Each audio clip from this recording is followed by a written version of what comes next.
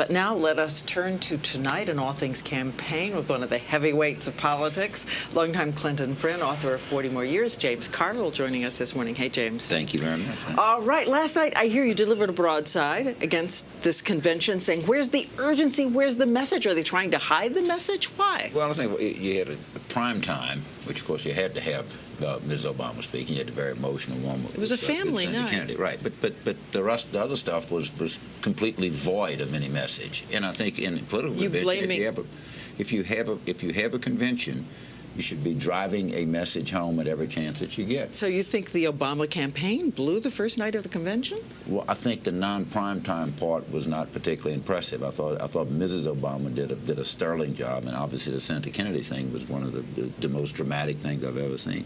But I think tonight, this is the fifth Democratic convention, or fifth night of a Democratic convention that we've had where we've barely mentioned what is the most corrupt, incompetent administration in modern American history. I mean, I think it's time to let's talk about Bush and McCain and the housing crisis, and health care and the deficit. Let us talk about Senator Hillary Clinton and her speech tonight. As we know, as we keep hearing, maybe 20–30% of her supporters are not yet quite on board for Senator Obama. And last night, Michelle Obama had a bridge to her. Let's listen again. People like Hillary Clinton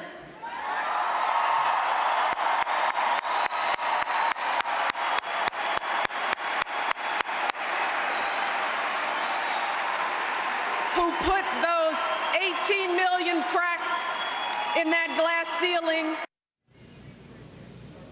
She spoke last night, as we say, mentioned her name. This is my question. For the people out there, the skeptics out there are saying there's a difference between not wanting to be the reason he loses and really wanting him to win. What signs should everybody look for tonight in her speech that will signal she really wants him to win? To the people that comment there's nothing that she's going to do, that people are going to say, gee, you know what, that was really a great job she did. So the Hillary people need to get over that.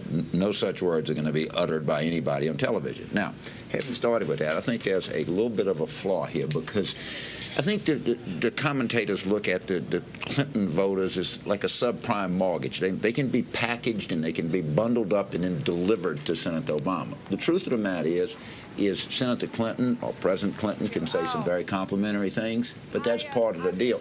Senator Obama has to go out and close the deal. He is the one that needs their vote. So the more important of the three speeches in terms of those voters are going to be his speech on Thursday night. I expect him to do a very good job. He is the person that has to move these voters. We tend to forget this. Well, on that front, Howard Wolfson, the head of the Clinton campaign, is quoted as saying I don't think he's the head of the Clinton campaign, but anyway. Former President Clinton, he said. He feels as if the Obama campaign ran against and systematically dismissed his administration's accomplishments. Senator Obama would go a long way towards healing these wounds if he were to specifically praise the accomplishments of the Clinton presidency.